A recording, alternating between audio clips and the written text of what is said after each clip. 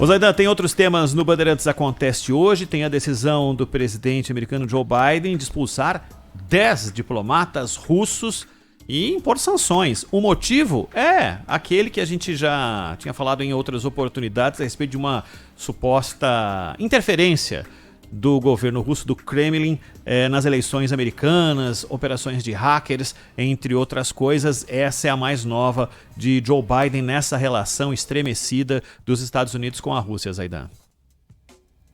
Pois é, e o Biden disse que quer uma reunião com o Putin, e a resposta de Moscou é que não há muito o que conversar, né? Porque ele fala em sanções em represália por suposta interferência eleitoral, por ataques cibernéticos de hackers russos ligados ao Estado. O Kremlin já advertiu que possíveis sanções podem impedir, inclusive, a reunião que o Biden quer fazer com o Putin. O Dmitry Peskov, que é o porta-voz do Putin, da presidência, ele afirmou: o que se está discutindo atualmente, prováveis sanções, não vai favorecer de nenhum modo tal reunião. E há a questão da Ucrânia, né? A Rússia tem dito que a OTAN está armando o exército ucraniano e que está transformando aquilo num barril de pólvora. É bom lembrar que o próprio Putin relatou publicamente que quando a Rússia voltou a ser, sem a União Soviética, depois do colapso da União Soviética, um país que se aproximava dos Estados Unidos, houve aliança com o Boris Yeltsin. Inclusive, o Fundo Monetário Internacional injetou muito dinheiro para a reeleição do Boris Yeltsin, com apoio do governo americano.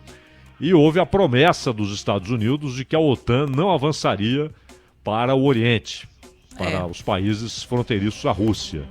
E, além disso, o Putin chegou a dizer, num tom de ironia, né, chegou a dizer para o Bill Clinton que a Rússia queria entrar para a OTAN. E ele disse que o Clinton gostou da ideia.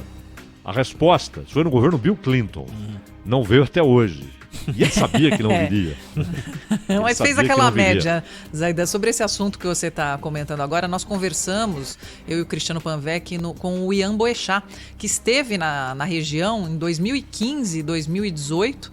Então ele fala bem dessa tensão com as tropas entre Ucrânia, Rússia, OTAN, tudo o que aconteceu, né, que é uma coisa que se arrasta desde 1941, e o Ian conversa conosco a respeito das reportagens que ele fez por lá em 2015 e 2018 para o Brasil com Z desse sábado, com repeteco no domingo e nos nossos podcasts. Ô Zaidan, e só para... o negócio é o seguinte, eu não gosto de uma coisa que você está fazendo. Aí eu te puno e depois eu te chamo pra conversar. É lógico que não ia dar certo, né? Primeiro você chama pra conversar, pra depois, em não havendo nenhum acordo, aí você coloca a sanção, a punição em prática, né?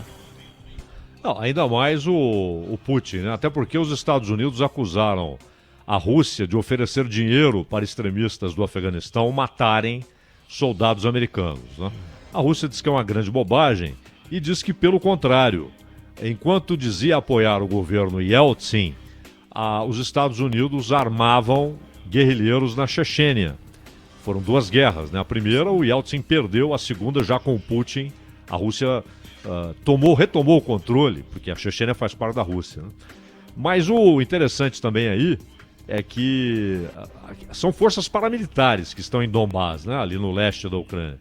Só que ali, durante a União Soviética, houve grandes movimentações em massa de populações deslocadas. Inclusive o georgiano Stalin fez muitos georgianos deixarem a Geórgia e muitos russos irem para a Geórgia.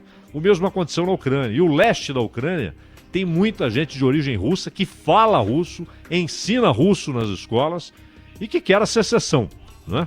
A Rússia diz que não tem soldados lá, mas é claro que ela apoia militarmente e em termos logísticos esses paramilitares que atuam ali em Donbás, aquela região de Donetsk, né? Donetsk, ficou bastante conhecida até por causa do futebol, né? Do Shakhtar. Exato, Donetsk e Donbás. Por exato. causa do Shakhtar ficou bastante conhecida no noticiário. Eles até tentaram, a Ucrânia tentou impor que falassem ucraniano, mas sem sucesso. É russo e pronto. 3h23. Esses e outros destaques no Bandeirantes Acontece, que está começando agora. Saber, entender, compreender, conhecer, descobrir. Ouvir. Bandeirantes acontece. Antes de abrir o comentário para o Zaidan, só uma notícia importante do esporte. Soler, senta aqui rapidinho, vai ser com você mesmo, meu camarada. Tenho que... Porque é uma... bomba. É o fim de uma história, de uma trajetória no futebol de um treinador o mais longevo dos clubes grandes, dos clubes do Brasil. Não é, Soler? Boa tarde. Tudo bom, Ronald, Sônia, Zaidan? Grande abraço para vocês, pro ouvinte ligado aqui na Rádio Bandeirantes. Os nossos companheiros de Porto Alegre, em especial o Wagner Martins, acaba de trazer uma notícia exclusiva. Renato Portaluppi não é mais técnico do Grêmio. Ele acaba de ser demitido. Logo mais, o Tricolor Imortal fará o anúncio oficial da saída do treinador, que já está procurando um novo técnico no mercado. Então, Renato Portaluppi não é mais o técnico do Grêmio. Caramba, só para contextualizar, você que ficou fora do mundo de ontem para hoje, o Grêmio caiu na pré-Libertadores, né? Perdeu em casa para o Independente Del Valle 2-1, já havia perdido fora de casa no jogo no Paraguai, depois de todo aquele cancelamento por causa de Covid e tudo mais tal. O Grêmio eliminado e todos os planos do Grêmio para 2021 frustrados a partir desse jogo de ontem, né, Soler? Exato. Ontem até eu estava conversando com um outro repórter de Porto Alegre que me dizia que o Grêmio tinha o desejo e a intenção de contratar o Soteldo para a segunda fase da Copa Libertadores da América, que já era um plano da diretoria do Romildo Bolzan Júnior.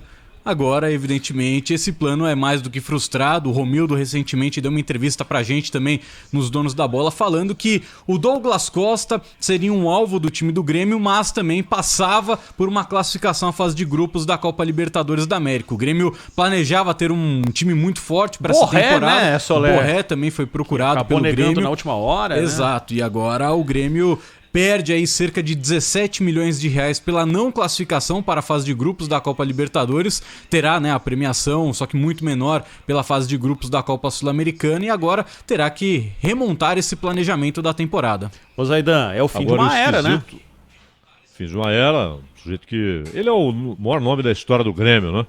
Antes do Renato era o Lara, o goleiro lendário dos anos 20 e 30, mas aquele que jogou com o braço quebrado contra o Inter e tal. Mas o Renato ganhou Libertadores, ganhou o Mundial como jogador, sendo o protagonista no Mundial. O Renato Gaúcho, e como técnico ganhou Libertadores. Agora, o esquisito, né, Soler, é que o Renato é demitido depois de 2 jogos em que ele não dirigiu o time. Exato. Por conta da Covid-19, ele não esteve COVID, à beira do campo. Ele não estava à beira do campo, ele ajudou, deu conselho, falou esse cara, aquilo, mas ele não estava na beira do campo. Eu acho que é uma insatisfação que vem de algum tempo, né, Zaidan? A derrota na Copa do Brasil. É que é muito difícil pro Grêmio demitir o Renato. Né? Por ele ser quem é, o maior nome da história do clube. Né? É uma carga muito grande, né? Do ponto de vista moral, né? Psicológico com a torcida. Mas a torcida do Grêmio, pelo menos nas redes sociais, estava há muito tempo falando mal do Renato, né? Há muito tempo. Depois da saída até do próprio Jorge Jesus, o Renato de novo foi sondado muito forte pelo time do Flamengo.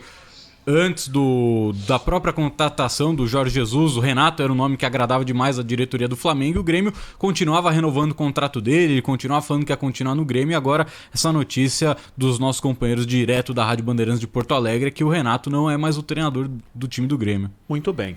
Valeu, Soler. Obrigado pela exclusiva aqui. Informação em primeira mão. Um abraço. Valeu, Ronaldinho. Obrigada, Soler.